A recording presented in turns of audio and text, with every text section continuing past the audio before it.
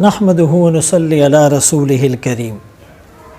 علماء کو گالی دینا کتنا خطرناک گناہ ہے، بلکہ ایک عام مسلمان کو، ایک عام انسان کو گالی دینا بھی انتہائی خطرے اور نقصان کی بات ہے۔ اور پھر رمضان المبارک کے اندر اس گناہ کی شدت اور حرمت میں اضافہ ہو جاتا ہے۔ بانی تبلیغ مولانا محمد الیاس رحمۃ اللہ علیہ، اللہ ان کی قبر پر کروڑوں رحمتیں نازل فرمائے، ان سے کسی نے پوچھا کہ حضرت، کسی عالم کے قول اور فعل میں تضاد ہو، اس کے کردار اور گفتار میں خامی ہو تو ہم اسے برا کہہ سکتے ہیں، اس کی غیبت کر سکتے ہیں، اسے لعن طعن اور تشنیع کا نشانہ بنا سکتے ہیں؟ مولانا الیاس رحمۃ اللہ علیہ مثال کے ذریعے سے سمجھانے لگے کہ ایک پریس ہے، ایک کارخانہ ہے جس میں قرآن کریم کی چھپائی ہوتی ہے، اور غلطی سے کچھ صفحات آگے پیچھے ہو جاتے ہیں، کچھ لائنیں اوپر نیچے ہو جاتی ہیں، اس کی سیکوینس غلط ہو جاتی ہے، تو آیا قرآن کریم کے ان اوراق کو ہم ڈسٹ بن میں، کوڑا دان میں، کچرے میں پھینک سکتے ہیں؟ اس کی بے ادبی، اس کی توہین کر سکتے ہیں؟ سائل کہنے لگا ہرگز نہیں۔ مولانا الیاس رحمۃ اللہ علیہ پوچھنے لگے کہ بھائی یہ صفحات آگے پیچھے ہو چکے ہیں، لائنیں اوپر نیچے ہو چکی ہیں، اس کی سیکوینس اور ترتیب بدل چکی ہے، تو اب اس کی توہین کرنے میں کیا گناہ ہے؟ وہ سائل کہنے لگا حضرت، جو بھی ہے، جیسا بھی ہے تو قرآن ہے، تو قرآن کریم کی آیات ہے، تو مقدس اوراق۔ مولانا الیاس رحمۃ اللہ علیہ فرمانے لگے بالکل اسی طرح ایک عالم کہ قول اور فعل میں اگرچہ تضاد ہے، اس کا کردار اگرچہ مثالی نہیں، اس کی گفتار اگرچہ تمہیں پسند نہیں، اس کی ذاتی بہت سی خامیاں ہیں، لیکن ہے تو عالم، اس کے سینے میں قرآن ہے، اس کی نسبت رسول اللہ صلی اللہ علیہ وسلم کے ساتھ ہے، وہ منبر اور محراب کا وارث ہیں، لہٰذا اس کے برے عمل کی پوچھ اس سے میدان محشر میں اور قیامت کے دن ہوگی، ہم اس کے مکلف اور ذمہ دار نہیں ہیں۔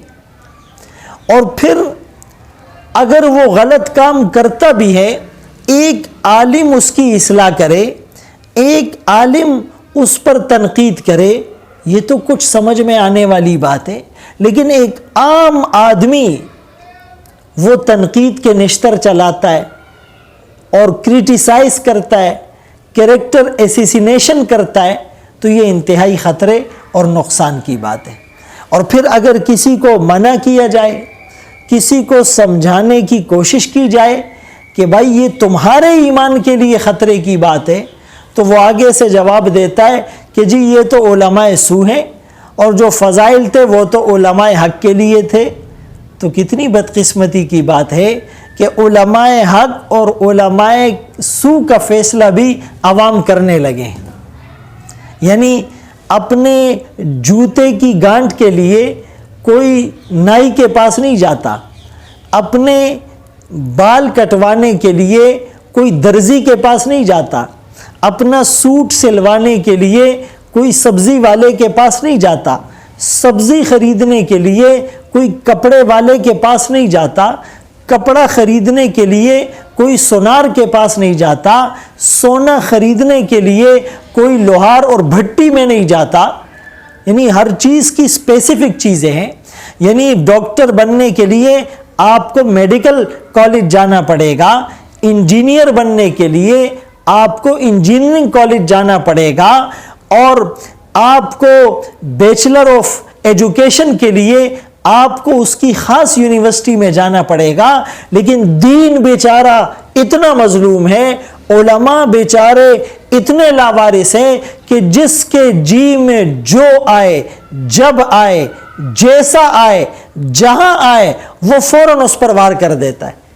لہٰذا گالی مولانا طارق جمیل صاحب کو دی جائے یہ بھی برا ہے، گالی مولانا فضل الرحمان صاحب کو دی جائے یہ بھی برا ہے، گالی ڈاکٹر منظور مینگل صاحب کو دی جائے یہ بھی برا ہے، گالی کسی عام عالم کو دی جائے یہ بھی برا ہے، گالی کسی عام انسان کو دی جائے یہ بھی برا ہے، ایون کہ گالی غیر مسلم کو دی جائے یہ بھی برا ہے۔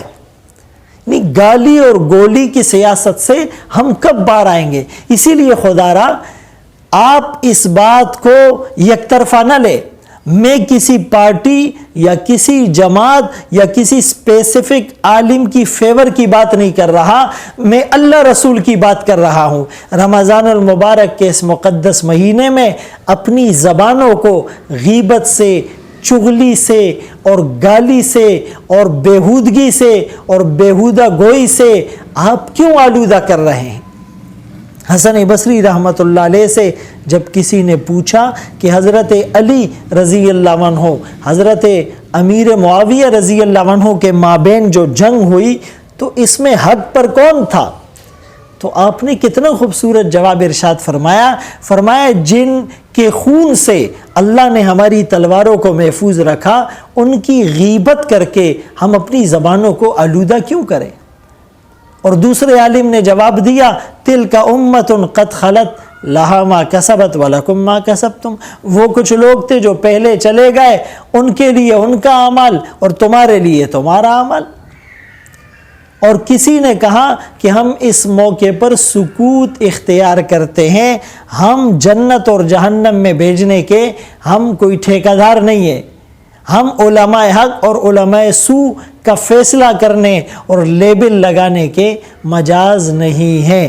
اسی لیے اپنی زبانوں کو قابو میں رکھیے۔ معاذ بن جبل رضی اللہ تعالیٰ عنہ جو اس امت کے علماء کے سردار ہوں گے، قیامت کے دن اس امت کے علماء کا جھنڈا ان کے ہاتھ میں ہوگا۔ رسول اللہ صلی اللہ علیہ وسلم نے انہیں یمن کا گورنر بنا کر بھیجا تھا۔ آج بھی اربد میں ان کا قبر وہ خوشبوؤں کا سمندر ہے۔ رسول اللہ صلی اللہ علیہ وسلم نے انہیں کیا نصیحت ارشاد فرمائی تھی؟ املک علیک لسانک، کنٹرول یور ٹنگ، اپنی زبان کو قابو میں رکھنا۔ 22 ویلر ٹرالر کو بریک لگانا آسان ہے، زبان کو قابو میں رکھنا مشکل ہے۔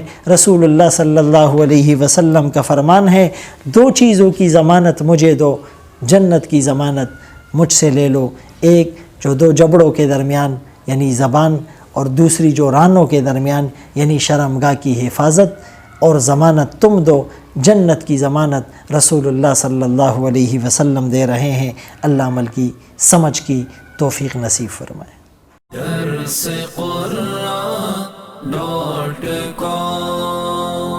www.darsequran.com